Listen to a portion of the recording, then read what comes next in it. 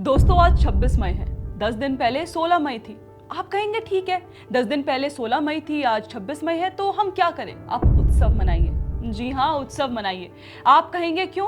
क्योंकि आज यानी 26 मई 2014 को ही नरेंद्र मोदी ने प्रधानमंत्री पद की शपथ ली थी। मैं नरेंद्र दामोदर दास मोदी। आप कहेंगे कि तो इसका उत्सव क्यों मनाएं?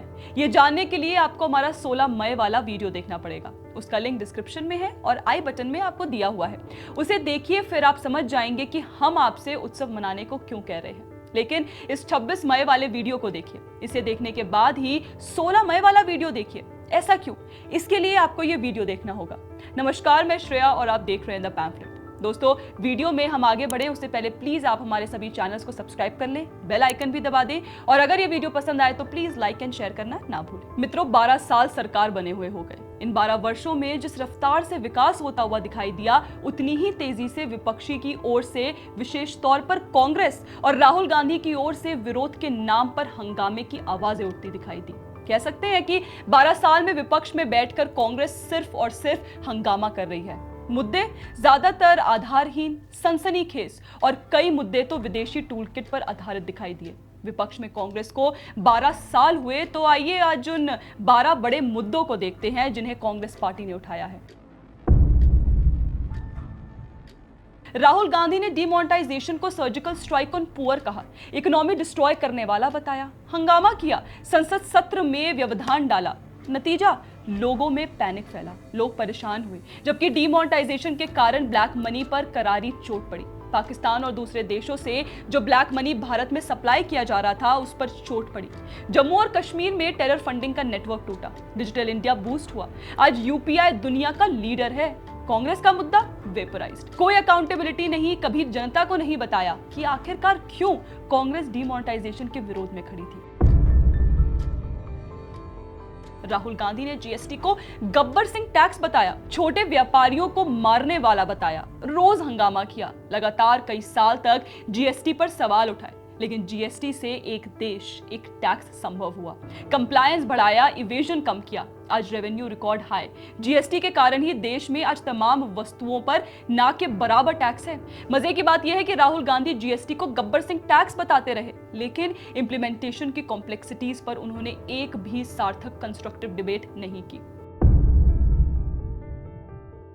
रफाल डील को लेकर देखिए, कांग्रेस ने जबरदस्त हंगामा किया। राहुल गांधी ने चौकीदार चोर है का नारा देकर देश के प्रधानमंत्री को अपमानित किया। बार बार उद्योगपतियों का नाम घसीटा गया, संसद को ठप किया गया। नतीजा क्या निकला? सुप्रीम कोर्ट ने जांच की और मामले को पूरी तरह फर्जी पाया। राहुल गांधी को कोर्ट में माफी मांगनी पड़ी। सीएएनआरसी के नाम पर तो इस देश में आग लगाई गई और इसमें कांग्रेस पार्टी भी बराबर की भागीदारी कही जा सकती है, क्योंकि कांग्रेस ने भी इसको लेकर जबरदस्त भ्रम और प्रोपेगेंडा फैलाया। शाहीन बाग के कथित धरने को कांग्रेस ने समर्थन दिया। कहा गया कि सीएए से मुस्लिमों की नागरिकता छीन ली जाएगी, जबकि सीएए अफगानिस्तान, पाकिस्तान और बांग्लादेश से आए अल्पसंख्यक पीड़ितों को नागरिकता देने का कानून है। आज देश में सीएए लागू है और किसी एक भी भारतीय मुस्लिम नागरिक की नागरिकता नहीं गई है। कहने का अर्थ यह है कि राहुल गांधी और कांग्रेस पार्टी ने सीएए पर भले ही जबरदस्त हंगामा किया, लेकिन देश ने देखा कि उसका कोई आधार नहीं था। भारत विरोधी विदेशी इकोसिस्टम देश के उद्योगपतियों के पीछे और देश की इकोनॉमी के पीछे पड़ा। उद्योगपति गौतम अडानी के खिलाफ हिंडनबर्ग ने फर्जी रिपोर्ट निकाली। अडानी के स्टॉक क्रैश हो गए। कांग्रेस और राहुल गांधी ने इसे बहुत ही बड़ा मुद्दा बनाया। संसद को ठप किया गया, हंगामा किया, सब कुछ किया, लेकिन सेबी की जांच में कुछ भी सामने नहीं आया। बाद में हिंडनबर्ग ने अपना काम ही समेट लिया। मतलब ये कि हिंडनबर्ग के नाम पर राहुल गांधी ने हंगामा किया और उसका नतीजा कुछ भी नहीं निकला। राहुल गांधी ने भारत जोड़ो यात्रा निकाली और कथित नफरत के बाजार में मोहब्बत की दुकानें खोलने का दावा किया। यात्रा में सोरोस से संबंधित लोग भी शामिल हुए, अर्बन नक्सली भी शामिल हुए, कट्टरपंथी मुस्लिम भी शामिल हुए। कांग्रेसी वामपंथी मीडिया ने यात्रा का जमकर कवरेज भी किया। नतीजा ये हुआ कि यात्रा के बाद हुए चुनावों में कांग्रेस पार्टी ज्यादातर चुनाव हार गई। मतलब ये कि कथित हेट नैरेटिव को लोगों ने स्वीकार नहीं किया और भारत जोड़ो यात्रा बुरी तरह फ्लॉप साबित हुई। लगातार चुनाव हारने के बाद राहुल गांधी और कांग्रेस पार्टी ने पहले शोर बनाया कि ईवीएम हैक कर ली जाती है। सुप्रीम कोर्ट ने लंबी सुनवाई के बाद इन आरोपों को सिरे से खारिज कर दिया।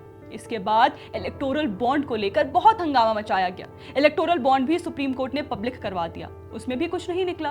कांग्रेस पार्टी इसके बाद वोट चोरी के नैरेटिव पर आगे बढ़ गई, उसे भी साबित नहीं कर पाई तो चुनाव आयुक्त को ही टारगेट करने पर आगे बढ़ गई। इसके अलावा चाहे जातिगत जनगणना का मुद्दा हो, अग्निपथ का मुद्दा हो, आरक्षण खतरे में है का मुद्दा हो, पीएम मोदी को कॉम्प्रोमाइज बताने वाला मुद्दा हो या फिर हमेशा चलते रहने वाला लोकतंत्र खतरे में है का मुद्दा हो, पिछले 12 साल में कांग्रेस पार्टी और राहुल गांधी का एक भी प्रोपेगेंडा वास्तव में मुद्दा नहीं बना है। ऐसा इसलिए भी क्योंकि ये प्रोपेगेंडा पॉलिसी क्रिटिक नहीं था, ज्यादातर पर्सनल अटैक्स थे, जैसे चौकीदार चोर है, पीएम कॉम्प्रोमाइज्ड है, फियर मॉन्गरिंग थी, जैसे लोकतंत्र खतरे में है, संविधान खतरे में है, आरक्षण खतरे में है, अल्पसंख्यक खतरे में है।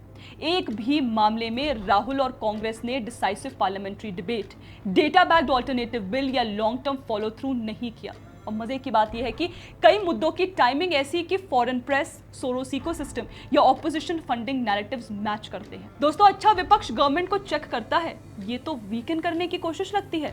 नतीजा 12 साल में कांग्रेस सीट्स बॉटम से थोड़ा ऊपर भले है, लेकिन आइडियोलॉजी बैंकरप्ट है। मोदी गवर्नमेंट ने infrastructure, defence, digital, welfare scale पर जबरदस्त डिलीवर किया। कह सकते हैं कि 12 साल से विपक्ष सिर्फ नॉइज मशीन बना हुआ है। खैर, 12 साल में विपक्ष की भूमिका में कांग्रेस और राहुल गांधी को आप कैसे देखते हैं, प्लीज हमें कमेंट सेक्शन में जरूर बताइएगा। बाकी अगर आपको हमारा कंटेंट पसंद आया है तो हमारे चैनल को सब्सक्राइब कर ले, बेल आइकन भी दबा दें। जय हिंद।